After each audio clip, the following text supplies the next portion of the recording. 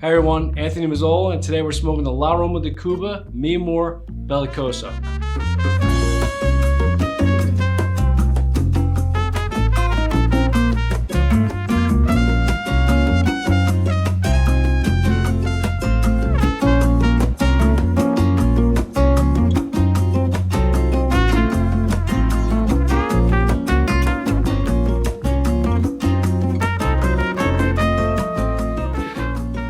Ready to go? So, the beginning of the cigar, from my experience, was 2009.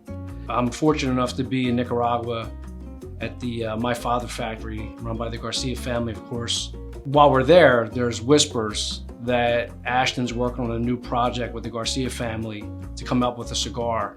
Ironically enough, we go to dinner and I'm sitting across from Robbie, our owner, Robbie Levin, and he's talking to me at dinner, but I noticed peeking out of his pocket is this dark cigar.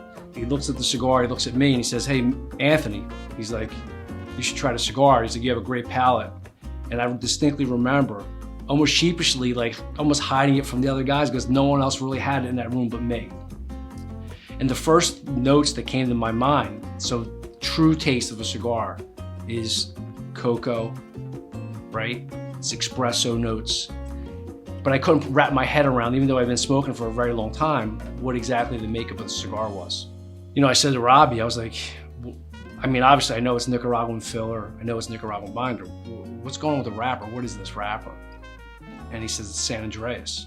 Mexican tobacco had this stigma about it, where no one really truly embraced it, meaning that cigars then, if they came out of Mexico or San Andreas, they were puros. Wrapper, filler, binder was all from Mexico.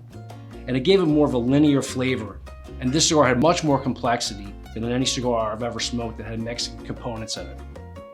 And the Garcia family took it, worked the tobacco, and truly made it their own.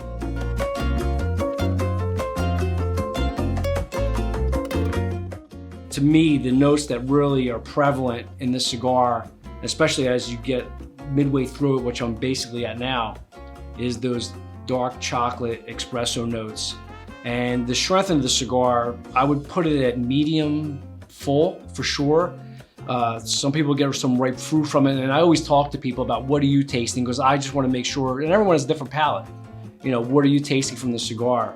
It's always interesting to see what people think of the tasting notes as compared to your notes. But I taste espresso and dark chocolate from the cigar.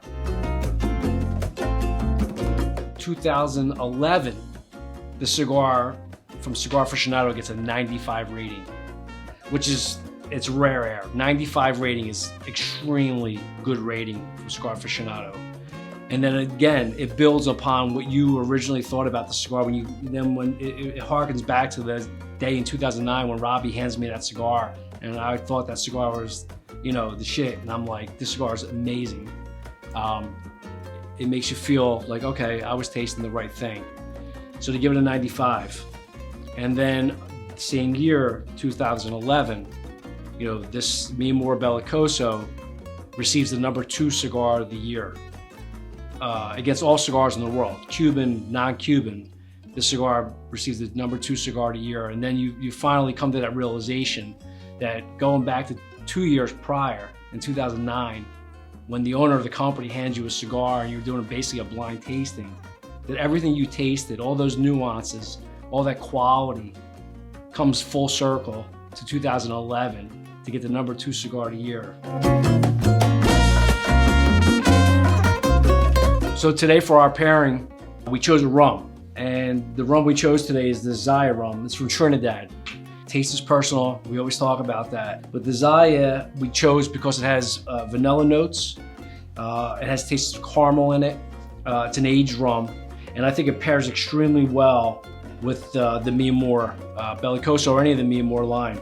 It has a sweet note to it, so for people that are a little oversensitive about like something being sweet, you gotta remember, this is a good night kiss. This isn't like, I'm gonna drink it all night. This means that you're gonna have a nice dinner, a big meal, you're gonna sit back with a cigar like the Amor, and you're gonna actually enjoy it with a sniff. You're gonna have a little drink with it. So I'm gonna pour a little bit now, get it together and see how it goes.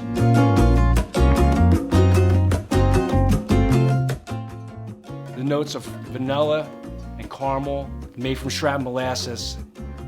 I think it pairs extremely well and it plays really well with the San Andreas wrapper. It's Nicaraguan filler, which tends to have spice to it too, but it's subtle and it's balanced. And that's what you want in a cigar. You want balance in a cigar. You want a little sweet note. You want a little spice note.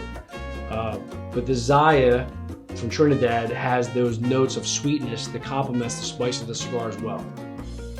And that's the beauty of pairing something, because you'll get it from both components. Sometimes there's contrast, sometimes there's complement.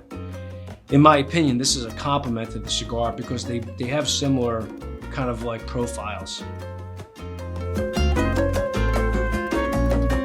Yeah, it's a perfect pair. It really is. This is a La Aroma de Cuba, Amor Bellicoso by Ashton Cigars.